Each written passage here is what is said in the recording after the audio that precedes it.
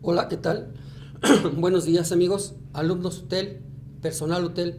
El día de hoy estamos preocupados con los eventos que han estado ocurriendo, motivo por el cual preparamos esta pequeña conversación para ustedes, para poder saber cómo actuar en caso de una emergencia. Lo que estamos presentando es un material que seguramente ya conocen, pero que es importante que lo refuercen en cada momento, sobre todo en estas situaciones que hemos estado viendo. ¿Ok? Lo que nosotros vamos a ver principalmente es qué hacer en un caso de emergencia y recordar que la vida es primero y sobre todo la de nosotros, ¿ok? ¿Cómo vamos a actuar ante un desastre natural? Antes que nada quiero presentarme. Mi nombre es José de Jesús Telles, soy médico cirujano y soy el encargado del hotel del área de seguridad, higiene y protección civil. En este caso es mi responsabilidad el que la gente que trabajamos en el hotel estemos seguros ante un evento como los que hemos estado sufriendo últimamente. Vamos a arrancar entonces con el tema. ¿Les parece? Lo primero es saber qué vamos a hacer en caso de un desastre natural. Y tenemos que determinar, pues, qué es un plan que vamos a realizar. Lo primero que se realiza es un plan familiar de protección civil. Nosotros aquí en la universidad hacemos un plan general, pero ustedes en la casa tendrán que hacer uno familiar. ¿Y qué conlleva este plan? Pues bueno, es un conjunto de actividades que todos los miembros de la familia tienen que saber qué realizar, cómo lo van a hacer durante el momento del desastre. Ahora, no es nada más ahí, tenemos que hablar desde el previo, nos tenemos que preparar antes, en el momento y después del evento. ¿Ok? Continuemos con esto. Lo primero es saber, pues, ¿para qué nos va a servir tener un plan de protección civil? En este caso es el elemento que nos va a resguardar, es el elemento que nos va a poder apoyar para poder tener un resultado óptimo. Junto con él, vemos que todos los miembros de la familia tienen que saber tener una actividad, y insisto, saber qué van a hacer antes del evento, al momento de presentarse el evento y después del evento. Esto nos va a dar como seguridad, nos va a dar como resultado el que todos podamos tener, pues, no un accidente, continuar con nuestra vida normal, sin mayor problemas. ¿Ok? Tenemos que se tengan en conocimiento las medidas básicas de preparación de protección. Vamos a ver cuáles serían. Ante todo, habrá que determinar contra qué eventos nos puede defender este programa. Existen lluvias torrenciales, existen inundaciones, sequías, incendios, tormentas eléctricas, vientos fuertes y, por supuesto, como habíamos comentado, sismos, como los que ha habido últimamente en nuestra ciudad. Ok, ¿qué es lo que tenemos nosotros que buscar? Primero tenemos que ver que existen 5 medidas básicas que debemos de conocer. La primera es que nuestra casa, el lugar donde trabajemos, el entorno en el que estemos, nos ofrezca la máxima seguridad. Tenemos que identificar el lugar de riesgo y también los lugares seguros en donde podemos dirigirnos, hacer un planteamiento en caso de emergencia, dónde nos vamos a reunir, dónde nos vamos a juntar, en qué momento podemos volver a estar en familia, ¿sí? Si ya que identificamos los lugares de riesgo, pues saber que esos lugares no debemos de estar ahí y alejarnos lo más posible hacia la zona que hayamos determinado como zona segura.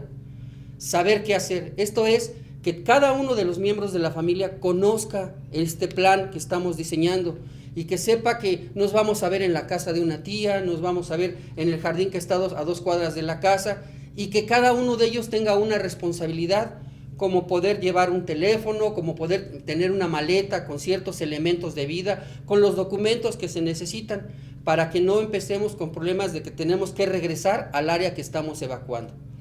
Estar siempre preparados. Al estar siempre preparados estamos hablando de que todos en algún momento vamos a tener en cuenta que debido a la situación geográfica de la ciudad que habitamos, esto se puede presentar en cualquier momento.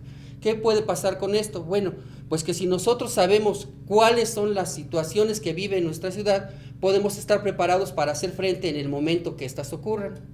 Y por último, tenemos que hacer simulacros. Tenemos que tener siempre un ensayo previo para que la gente pueda estarse identificando y no sea tan sorpresiva la actuación. Algo que es importante es que recuerden que existen señales como las sirenas que emiten el gobierno o las diferentes dependencias. Tenemos que entenderlas y no espantarnos con ellas. Son para activar, son para actuar, no para que nos detengan, no para que nos limiten. ¿Ok? Vamos a ver otro punto. Tenemos como un invitado especial a la licenciada Saraí González Pío. Ella forma parte de la brigada de emergencia de aquí, de la UTEL, y también forma parte de la brigada de rescatistas Topos de Tlatelolco. Es una gente con mucha experiencia y nos la va a compartir en este momento.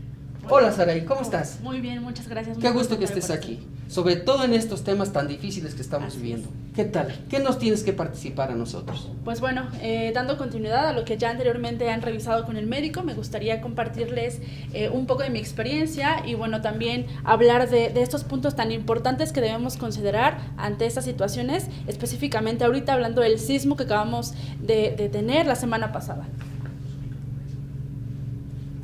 Muy bien. Bueno, pues sabemos que nuestra ciudad es una zona sísmica, es una zona de alto riesgo y lo primero que debemos hacer dentro de nuestra casa es identificar las zonas de menor riesgo.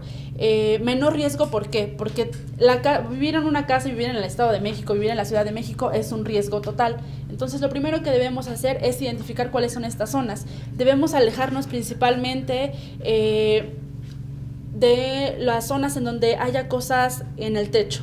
De repente tenemos lámparas, los cristales, es muy importante. Una zona de menor riesgo nunca es estar cerca de un cristal. ¿Por qué? Porque esos pueden provocar accidentes dentro de este mismo movimiento de la Tierra. ¿Ok? Entonces, buscar siempre las esquinas, buscar, dicen por ahí también, los marcos de la puerta. Yo no los recomiendo mucho, pero de pronto pueden ser de mucha utilidad. ¿Por qué? Porque no hay algo que pueda obstruirnos en ese momento. ¿De acuerdo? Algo muy importante también es conocer nuestro hogar, principalmente. Tener un croquis, tener un mapa, tener el conocimiento de cuáles son estos puntos claves a los que podemos ubicarnos en caso de sismo. Vamos no sé, como recomendación, reunirnos toda la familia, revisar estos puntos. De repente hay sótanos, de repente hay escaleras de emergencia. En los edificios regularmente solamente conocemos lo que es nuestro espacio, pero no sabemos si hay jardín, si hay... no sé, otra zona alrededor. Es muy, muy importante conocerlo. Y bueno, independientemente de conocer también nuestro edificio, nuestro hogar, es importante que conozcamos las zonas que están a la periferia de nuestro hogar. ¿Por qué? Porque aquí vamos a poder saber si hay en caso de un desastre, si podemos recurrir a una iglesia, que puede servir como un albergue, si podemos recurrir a un centro de salud, si hay escuelas, es muy importante. Las escuelas, como lo vimos previamente en este evento de la semana pasada, es un caos. Entonces también tener una escuela cerca provoca mucho caos dentro de la ciudad. Y bueno, saber, conocer cuáles son los lugares a los que podemos acudir en estas situaciones de riesgo es muy importante, porque así imaginemos que el evento hubiera sucedido en una situación en donde los niños no están con sus papás. Nosotros como adultos, conociendo la periferia, conociendo el área donde podemos movernos, podemos ayudar a trasladarlos. Entonces es muy importante, primero, conocer el lugar en donde vivimos. Segundo, conocer el edificio, si es que vivimos en una unidad habitacional, conocer qué hay alrededor y conocer también todas las instalaciones que se encuentran a nuestro alrededor.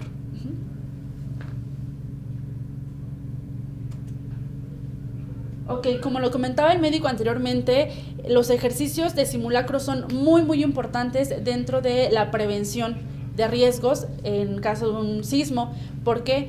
Porque ya tenemos delegadas las actividades que tiene que realizar cada miembro. Es decir, uno va a tomar una pequeña maletita, que ahorita les voy a explicar cómo se realiza esta maleta de emergencias, una maleta de documentos, quién se va a encargar de desconectar la energía eléctrica, cerrar las llaves de gas, también la parte de las mascotas, quién se va a encargar de sacar a las mascotas, quién se va a encargar de llevar a los menores, de abrir las puertas, de abrir las ventanas, de acuerdo a cuál sea su ruta de evacuación.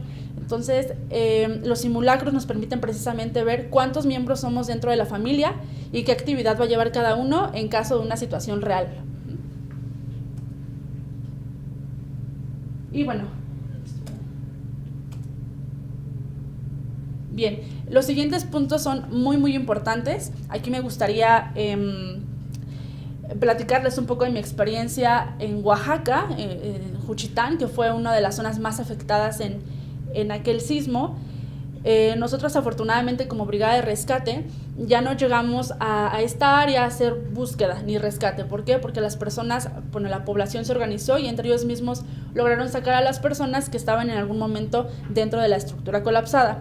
Nosotros como Brigada de Rescate lo que llegamos a hacer en base a las necesidades de la población fue sacar documentos. O sea, la mayor parte del tiempo nos dedicamos a recuperar las pertenencias de las personas. Entonces, aquí nos dimos cuenta que es muy, muy importante mantener siempre nuestros documentos importantes a la mano, siempre. Vamos a formar una maleta de emergencias. Esta maleta de emergencias debe contener acta de nacimiento, pasaporte, identificaciones oficiales, algunas fotografías. Todo lo que tenemos relacionado con la escuela, el trabajo, es importante que lo tengamos en un lugar establecido.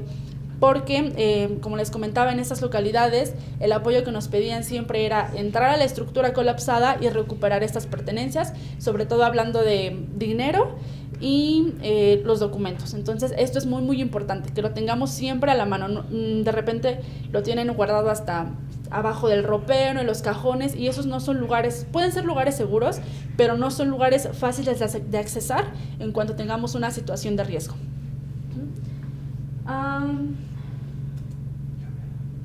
Y bueno, tenemos que conocer, claro, los teléfonos a donde tenemos que comunicarnos en una situación de emergencia. Como vemos en pantalla, están los teléfonos de Cruz Roja, caseta de vigilancia, bomberos, conocer. Estos los pueden descargar en internet, o también ahorita ya la situación de emergencia se marca el 911 y cubre cualquiera de estos de estas instituciones que pueden ayudarnos en una situación de emergencia. Y bueno, adicional a los documentos que tenemos que tener a la mano, vamos a formar una maleta de emergencia, que es la que les vengo comentando, en donde vamos a colocar un botiquín de emergencia, colocando lo básico. Vamos a colocar agua, tendremos que tener agua potable, debemos tener alcohol, gasas, curitas, vendas, cosas muy básicas, porque sabemos que no todos tenemos la cultura de los primeros auxilios básicos. Entonces de nada nos sirve tener un botiquín muy bien formado si no vamos a saber utilizar todo lo que ahí adentro hay. Entonces un botiquín básico: alcohol, vendas, gasas, algodón, jeringas, las vendas ya las comenté, curitas, agua. Es muy importante que su botiquín tenga agua. Aparte de la parte médica, por así llamarlo, también debemos tener un pequeño resguardo de víveres. Como verán ahorita en el sismo que recientemente vivimos, es lo que más se está solicitando. ¿Por qué? Precisamente porque no tenemos esta cultura de tener ese resguardo que en algún momento pudiéramos necesitar en una situación de emergencia. Entonces, lo que se recomienda siempre es alimentos enlatados. Insisto mucho en esta parte del agua, es lo que más vamos a necesitar en estos casos. Y bueno, en conjunto ya con documentos, el material de atención prehospitalaria, por así llamarlo, y los alimentos, vamos a formar pues nuestro botiquín de emergencias, nuestro maletín de emergencias. Eso lo debemos tener. Yo les hago la invitación que a partir de ahora comiencen a elaborarlo, comiencen a tener esta cultura preventiva, porque finalmente sabemos que los sismos son hechos naturales que no podemos evitar, pero sí podemos prevenir riesgos mayores. También parte de nuestro maletín, que olvidé comentar, pero es muy importante, son los radios. Tener un radio, tener una lámpara, tener pilas, para que podamos estar en comunicación con los demás. Regularmente cuando ocurre esa situación de sismos nos quedamos sin luz, entonces es importante tener una lámpara para poder mantenernos con luz mientras las instalaciones se regulan, si es que llegara a ser de manera rápida. Regularmente en zonas muy afectadas duran semanas o puede ser hasta un mes sin electricidad.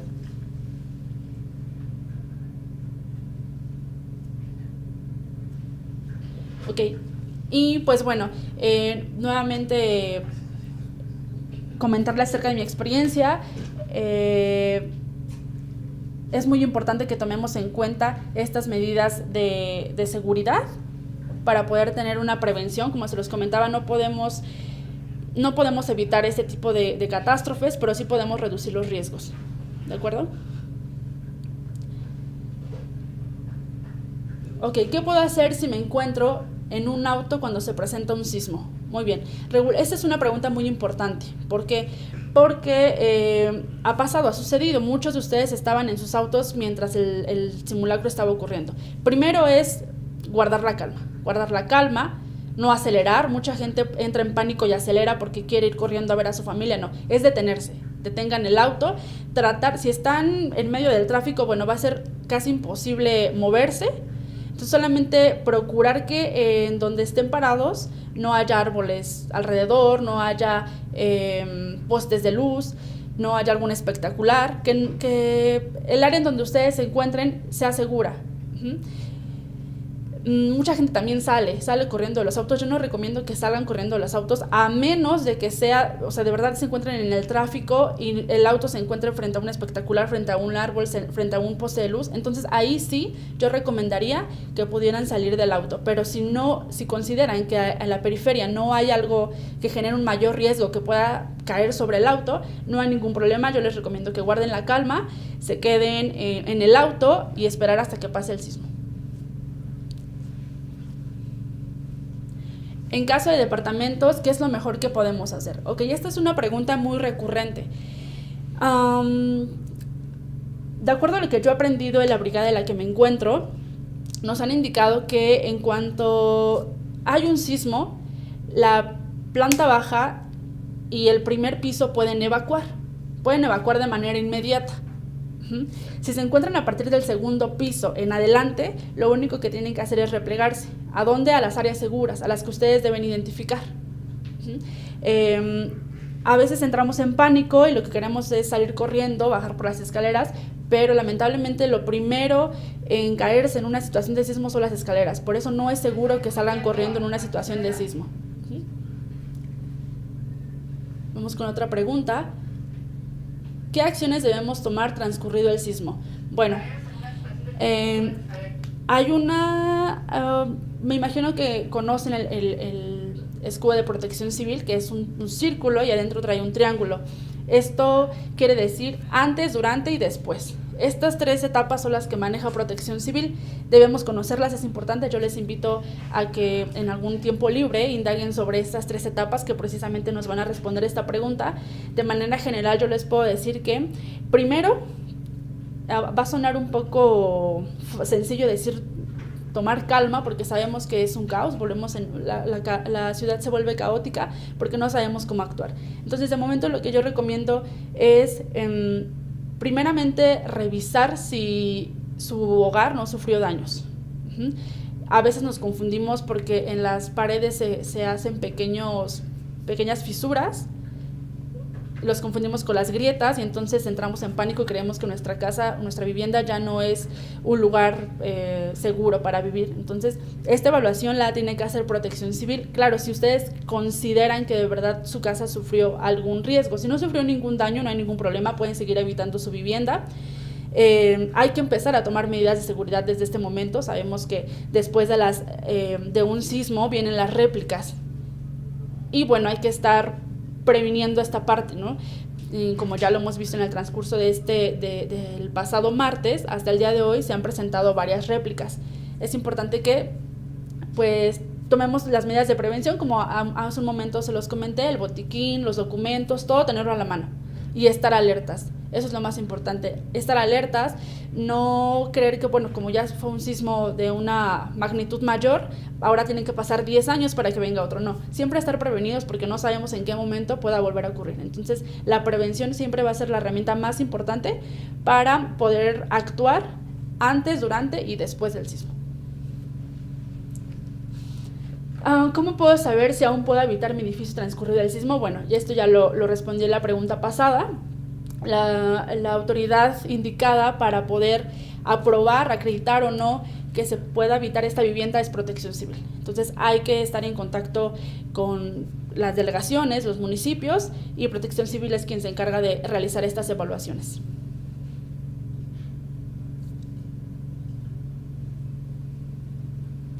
Bien, Si queremos conocer la validación de protección civil de una edificación, ¿qué podemos hacer? Nuevamente comunicarse a las delegaciones o municipios. Ellos canalizarán el caso con protección civil. No recuerdo ahorita, de manera muy honesta, no recuerdo el número de protección civil, no recuerdo si es el 7373, pero ahorita en un momento se los compartimos para que puedan tenerlo a la mano y puedan tener contacto directamente con ellos y hagan favor de ir a sus hogares y revisar que efectivamente las viviendas en las que se encuentran pueden ser habitables o no. Cuando yo estuve en Oaxaca, parte de nuestra labor también fue esa, evaluar las viviendas, saber cuáles sí pueden ser habitables, cuáles no, las escuelas. Nosotros marcábamos la vivienda con un cuadro y le poníamos NG, que es no habitable. Entonces, cuando una vivienda ya tiene esa marca, quiere decir que nadie puede ingresar al inmueble. Posteriormente, la segunda parte de esto sería la demolición de la vivienda, porque muchas de ellas quedan como marcadas, pero ya nadie se encarga de hacer la demolición. Entonces, esas viviendas marcadas forman un riesgo dentro de las casas que están alrededor. Entonces, es muy importante que si haga una evaluación protección civil, que si está marcada se haga la demolición de manera inmediata. Y bueno, en esta parte también los invitaría a tener un poco de paciencia en este caso, porque son muchísimas las viviendas que se tienen que evaluar, son muchos los riesgos que se generaron durante este sismo.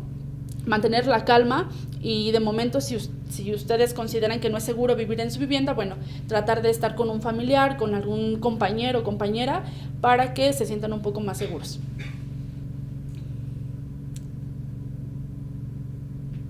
¿Cómo puedo saber la parte más resistente de mi hogar? Bueno, esto ya tiene que ver un poco más con las estructuras, con cómo está formado el inmueble. Esto lo tendría que evaluar a lo mejor un arquitecto, un ingeniero civil, porque a simple vista no podemos ver si la estructura es fuerte, débil. Esto más bien yo creo que es una situación que lo revise un profesional en esta parte de las estructuras. De hecho, en Tlalpan, uno de los del multifamiliar que se derrumbó, el de al lado estaba exactamente igual, o sea, era exactamente igual. Entonces es increíble cómo el que estaba del lado derecho colapsó totalmente y el que estaba del lado izquierdo quedó casi intacto. Entonces sí sufrió daños, pero no se colapsó como el otro. Entonces ahí hay que evaluar qué fue lo que ocurrió, el material, la construcción, los cimientos, qué fue lo que realmente llevó a que una estructura colapsara y la otra no. Pero bueno, para eso existen especialistas como los arquitectos, los ingenieros civiles que nos pueden dar un poquito más de orientación en este tema. ¿Cómo podría saber que la validación de protección civil fue hecha de forma adecuada y legal? Ok, bueno, esta parte yo no voy a poder contestar a ciencia cierta cómo saberlo.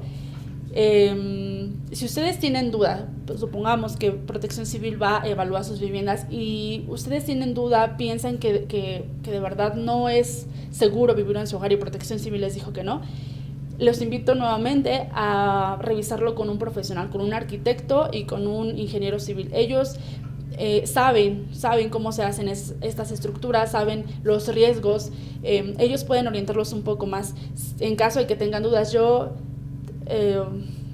confiaría en que la gente de Protección Civil está haciendo bien su trabajo, está haciendo una evaluación a sus viviendas, pero si bueno, ustedes tienen la duda, hay que consultar a un especialista entonces en cuanto a estructuras.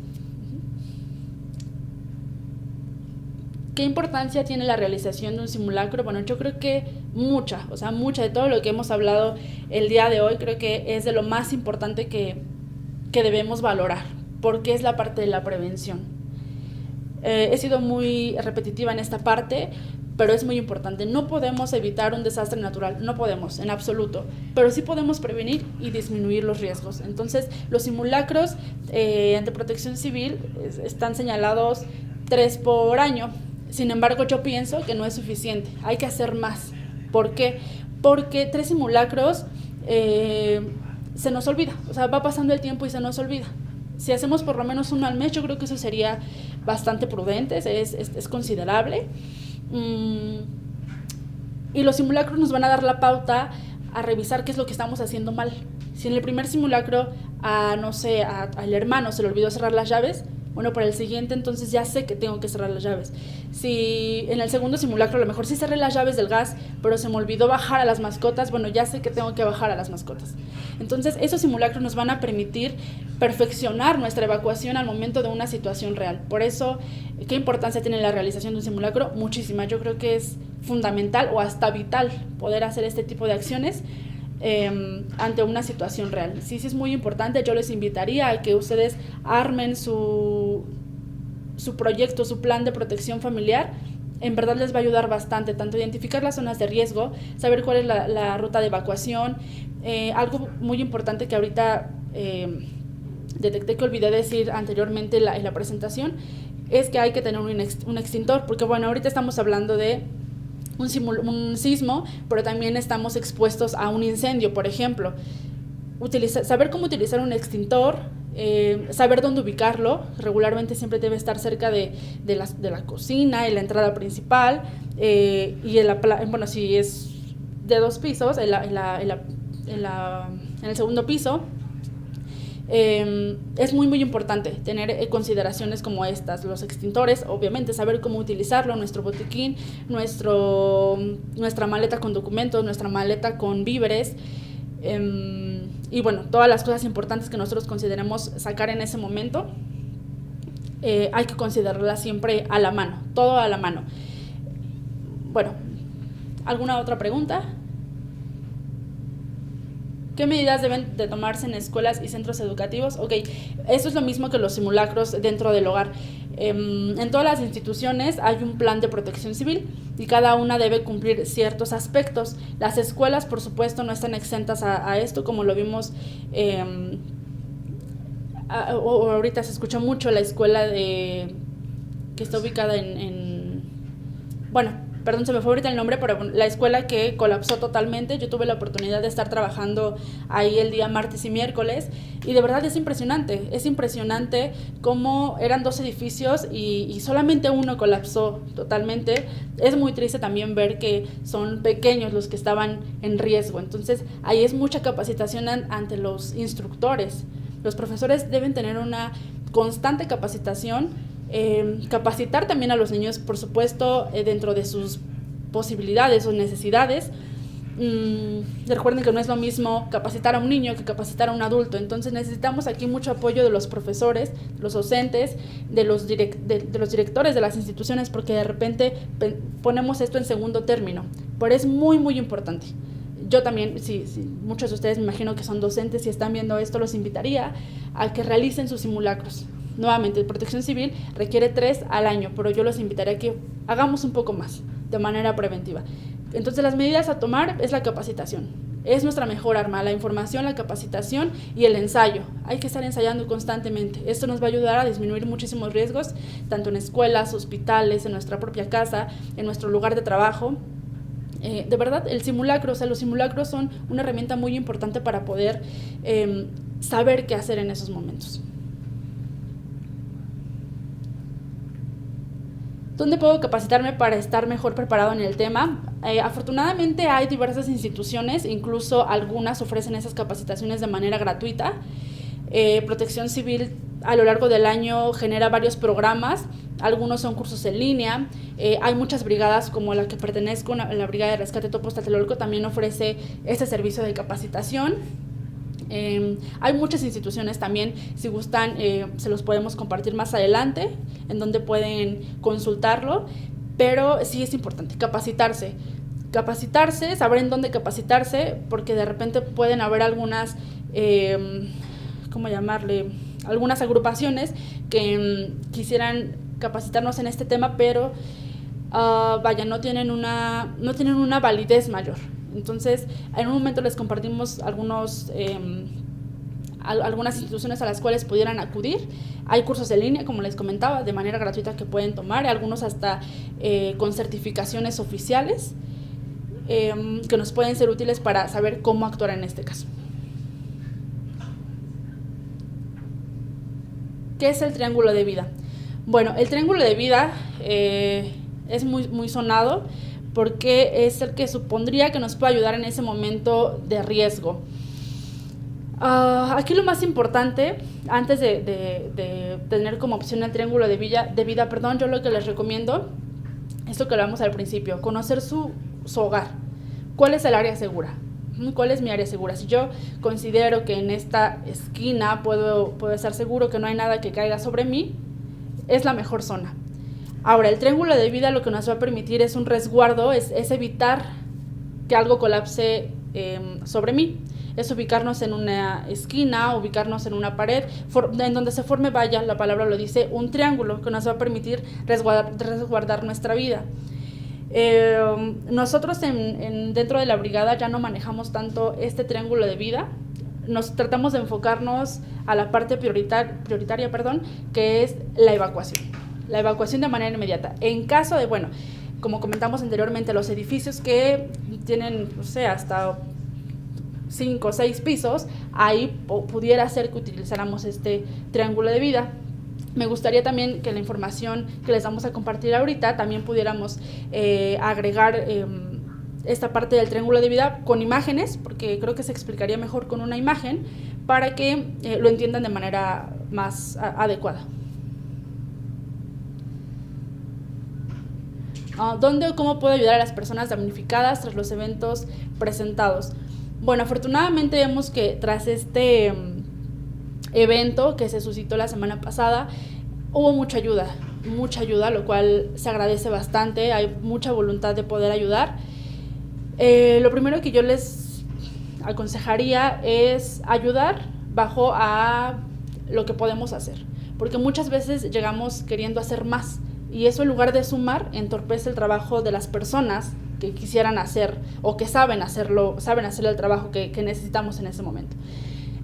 Tampoco es limitarse a decir, solamente voy a hacer esto, no, para nada. Pero lo que pueden hacer por ahora, hay muchísimos centros de acopio que ya están llenos, lo cual me da mucho gusto. Aquí en la universidad incluso también tenemos un centro de acopio, también ahorita se les va a compartir la información referente a estos centros de acopio, qué es lo que pueden aportar. Estos centros de acopio están formados para mandar esta ayuda tanto aquí en la Ciudad de México como en las zonas afectadas que fueron Morelos, Puebla y Oaxaca. Entonces pueden apoyar con esa parte de los víveres, pueden ayudar, por ejemplo, ahorita con todo esto que ha ocurrido, no hay tanto caos, pero sí estamos descuidando algunas partes, por ejemplo, la basura que se está generando en las calles. Ayer que yo venía de regreso veía que sí hay muchas calles en donde hay mucha basura, desde ahí podemos empezar, ¿no? Creo que es una buena ayuda empezar a levantar la basura, hubo mucha gente que de pronto llegaba con los rescatistas a ofrecer alimento, también había excesivamente alimento para todos nosotros. Y sobre todo considerar que la ayuda no nada más es para esta semana y la siguiente, la ayuda que estas personas van a necesitar va a ser todo el año, porque son personas que perdieron un hogar, y a lo mejor ahorita hay muchos víveres y tenemos esta buena intención de ayudarlos, pero hay que recordar que son personas que se quedaron sin nada y que van a necesitarnos el resto del año. Entonces, en el transcurso de los días, tal vez hará llegar un comunicado de cuáles son las otras formas en las que podemos seguir ayudando, porque víveres me parece que ahorita ya hay muchos, ropa, y el punto aquí es mantenernos en calma, nuevamente la parte de la prevención. También de esta forma creo que podemos ayudar bastante, ayudar de acuerdo a como yo puedo ayudar, no como yo quiero ayudar, porque de verdad hay mucha gente, y lo comentaba hace un momento, llegaban con picos, con palas, queriendo entrar a escombros, pero realmente no es gente capacitada, no es gente que puede hacer ese ejercicio. Entonces ustedes, por favor, si vamos a aportar de acuerdo a lo que sé hacer. Esa es la primera recomendación. La segunda es la parte de los víveres, y la tercera es saber que la ayuda no nada más es a corto plazo. Esas personas nos van a necesitar de aquí hasta que puedan tener una vivienda digna en donde vivir.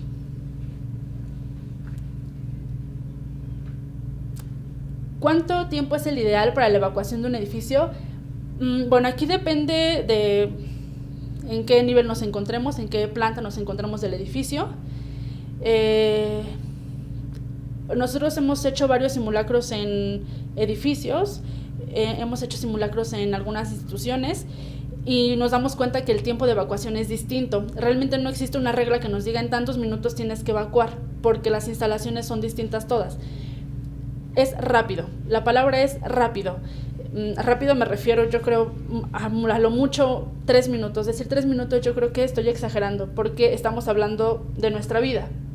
Si el simulacro dura, si el sismo dura aproximadamente 1 minuto, recuerden que, vuelvo a lo que ya hablé hace un momento, si estamos a partir de la planta 2 en adelante no podemos evacuar en una situación de sismo, hay que esperar a que pase el sismo y entonces sí, bajar de manera rápida y ordenada. Pero el tiempo estimado no hay una regla. Yo lo que les recomiendo es que lo hagan de manera rápida y ordenada, porque de verdad de los simulacros es muy triste ver que lo tomamos a juego, que vamos hablando en el celular, que vamos platicando con el amigo, con la amiga, y cuando se presenta la situación real, entonces es cuando nos paniqueamos, cuando no sabemos qué hacer, cuando queremos correr en un simulacro. No podemos hacer eso, definitivamente no podemos correr.